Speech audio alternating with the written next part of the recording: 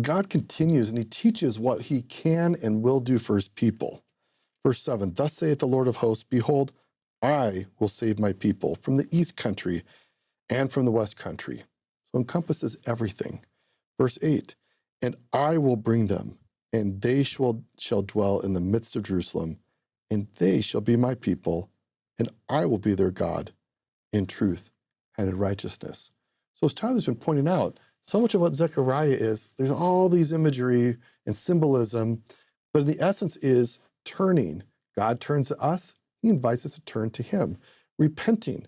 I love the Greek meaning of the word repent, to change your mind.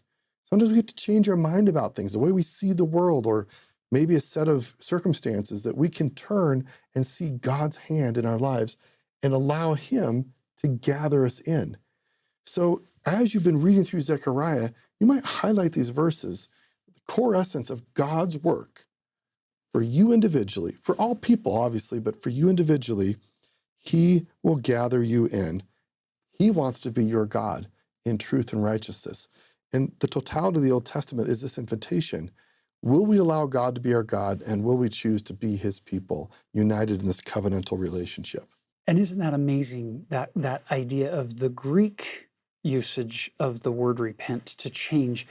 How often you and I want God to change, want God to do things differently, to make it easier for us. God doesn't need to change. In fact, that's one of his attributes. He changeth not. It's us who need to change the way we're perceiving him and his commandments and what his prophets are teaching us. The command to repent is for us.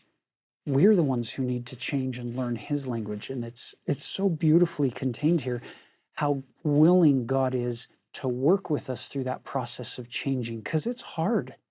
It's really hard for some people at different times with different struggles to make that change or to make that turn. But he's promised that he won't forsake us and leave us alone in that process. Yeah, he's persistent.